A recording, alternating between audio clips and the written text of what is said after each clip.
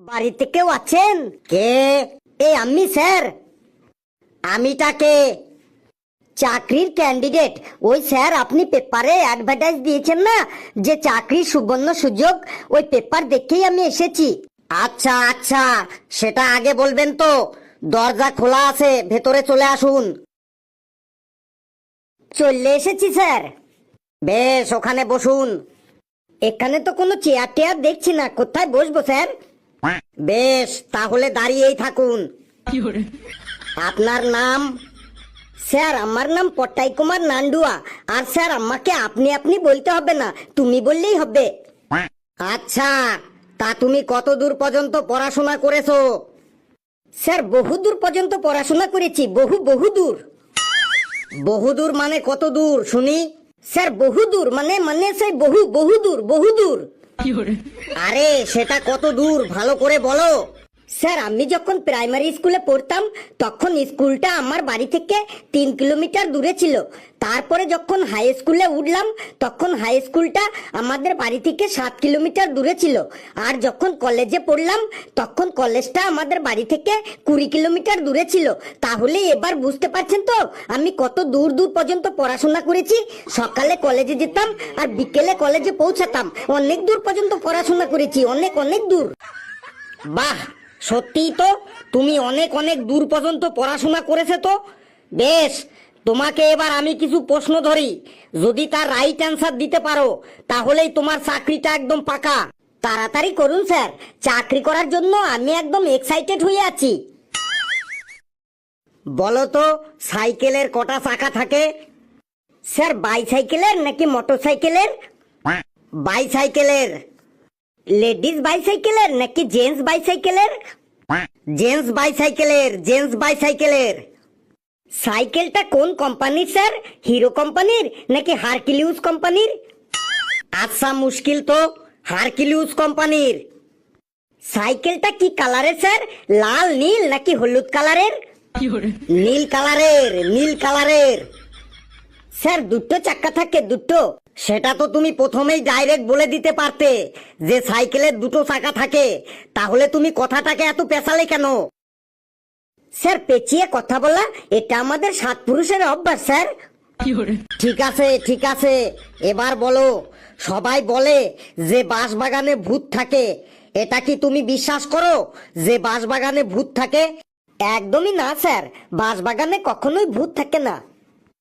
তাহলে লোকে কেন বলে যে বাঁশবাগানে ভূত থাকে? আসলে স্যার, বাঁশবাগান হইল একটা নিরিবিলি জায়গা এবং বাঁশবাগানে সব সময় খুব সুন্দর ছায়া থাকে। ওই নিরিবিলি ছায়াতে হেগে খুব মজা হয়। তাই আগেকার দিনে বেশিরভাগ লোকজন বাঁশবাগানে হাঁক দিয়ে যেত আর বাঁশবাগানটাকে নোংরা করে রাখতো। তাই বাঁশবাগানের মালিকরা চারিদিকে রটিয়ে দিত যে বাঁশবাগানে ভূত থাকে, বাঁশবাগানে ভূত থাকে। তাই সেই ভূতের ভয়ে আর বাঁশবাগানে কেউ হাঁক দিয়ে যেত না। এই জন্য সবাই বলে যে বাঁশবাগানে ভূত থাকে। বাহ, তোমার কথার মধ্যে খুব সুন্দর লজিক আছে তো। তুমি তো দেখছি অনেক কিছু জানো। স্যার, বহু দূর দূর পড়াশোনা করেছি তো, তাই অনেক কিছু জানি। বেশ বেশ বেশ, এবার বলো, গরু আমাদের কি দেয়? স্যার, গরু আমাদের গুঁতো দেয়। বলো কি, গরু আমাদের শুধু গুঁতো দেয়? হ্যাঁ স্যার, গরু আমাদের শুধু গুঁতোই দেয়। কেন? গরু আমাদের দুধ তো দেয়। কে বললো স্যার গরু আমাদের দুধ দেয়? কেন? আমরা যে সবাই গরুর দুধ খাই, ওটাই তো গরু আমাদের দেয় বলে খাই। স্যার, ভুলভাল বকছেন কেন? গরু আমাদের কখনো দুধ দেয়? গরু কি কখনো আমাদের কাছে এসে বলে এই নাও দুধ, নাও দুধ, নাও আমার দুধ, নাও তোমরা? কিন্তু তাহলে যে আমরা গরুর দুধ খাই, ওটা আমরা কোথা থেকে পাই তাহলে? ওটা আমরা জোর করে গরুর কাছ থেকে দুধ বের করে আনি। আসলে গরুর বাটে যে দুধগুলো থাকে, ওই দুধগুলো গরু তার বাচ্চার জন্য মানে বাছুরের জন্য সঞ্চয় করে রাখে। কিন্তু মানুষ সেটা বেইমানি করে গরুর কাছ থেকে জোর করে বার করে নিয়ে আসে।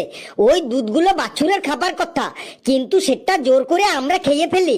তাই গরুতে কখনো আমাদের দুধ দেয় না, আমরাই গরুর কাছ থেকে দুধ ছিনিয়ে নিয়ে আসি। এবার বুঝলেন তো স্যার? বুঝেছি বুঝেছি, তুমি তো দেখছি একটা মহাজ্ঞানী মানুষ। জ্ঞানের আর কি দেখেছেন, আপনি প্রশ্ন করে যান। এবারই লাস্ট কোশ্চেন, বলো তো এরোপ্লেন আকাশ দিয়ে যায় কেন? এটাও আপনি জানেন না? পুলিশকে ফাইন দেওয়ার ভয়ে এরোপ্লেন আকাশ দিয়ে যায়। পুলিশকে ফাইন দেওয়ার ভয়ে এরোপ্লেন আকাশ দিয়ে যায়, ব্যাপারটা তো বুঝলাম না। ব্যাপারটা বুঝলেন না তো? বলছি মন দিয়ে শুনুন। এরোপ্লেন যা হাই স্পিডে চলে, তাতে এরোপ্লেন যদি রাস্তা দিয়ে চলতো তাহলে জায়গায় জায়গায় নাকা চেকিং এ হাই স্পিডের জন্য এরোপ্লেনকে ফাইন দিতে হতো। এই ফাইন দিতে দিতেই এরোপ্লেনের মালিকের সব টাকা শেষ হয়ে যেত। তাই ফাইন দেওয়ার ভয়ে এরোপ্লেন আকাশ দিয়ে যায়। আকাশে কোনো চেকিংও নেই, পুলিশও নেই, আর ফাইন দেওয়ারও কোনো ভয়ও নেই। আচ্ছা আচ্ছা, তোমার যা জেনারেল নলেজ দেখলাম, তাতে তোমার চাকরিটা একদম পাকা হয়ে গেল। সত্যি স্যার, আমার চাকরিটা একদম পাক্কা? হ্যাঁ হ্যাঁ, তুমি আজকে থেকেই ডিউটিতে লেগে পড়ো। স্যার, আমার ডিউটিটা কি তাহলে এবার বলে দিন, আমি আর দেরি না করে ডিউটি শুরু করে দিই। শোনো, মন দিয়ে শোনো, তোমার ডিউটিটা আমি বলে দিচ্ছি। তোমার ডিউটিটা হলো, এখান থেকে 4 কিলোমিটার দূরে একটা লঙ্গরখানা আছে, ওখানে সকাল দুপুর রাতে 3 বেলা ফ্রিতে খাবার দেওয়া হয়। তুমি এক কাজ করবে, তুমি ডেইলি কেটলি নিয়ে 3 বেলা ওই লঙ্গরখানায় যাবে। তারপর তুমি ওখানে নিজে পেট ভরে খাবার খাবে, আর আমার জন্য কেটলিতে করে খাবার নিয়ে আসবে, আর রাতে আমার সাথে এই ঘরে ঘুমাবে। এই হলো তোমার ডিউটি। তাতে আমি মাসে মাইনে কত পাবো? মাইনে আবার কি, তুমি পেপারটাকে ভালো করে পড়োনি? আমি তো পেপারে বিজ্ঞাপন দিয়েছিলাম থাকা খাওয়া একদম ফ্রি, সেখানে তো মাইনের কথা কিছু লেখা ছিল না? আমি ডেইলি 3 বেলা ওই লঙ্গরখানায় যাব আর ফ্রিতে খাবার খেয়ে আসবো, আর আপনার জন্য খাবার নিয়ে আসবো, এটাই ডিউটি? রাখুন আপনার চাকরি, আর আপনি নিজে গতর খাটিয়ে ওই লঙ্গরখানায় যান আর 3 বেলা পেট পুরে গলা পর্যন্ত খেয়ে আসুন। বাপ রে বাপ, কি আলসে রে! বাড়িটার নাম অলস্য ভবন ঢাকাটা একদম কেন রেখেছে সেটা এখন আমি বুঝতে পারছি। এই ভাই, এই আরেকবার ভেবে দেখ, এত সুন্দর চাকরি ছাড়তে নেই, থাকা খাওয়া একদম ফ্রি। আর একটা কথা বললে আপনার দাঁত একদম ভেঙে দেবো। চুপচাপ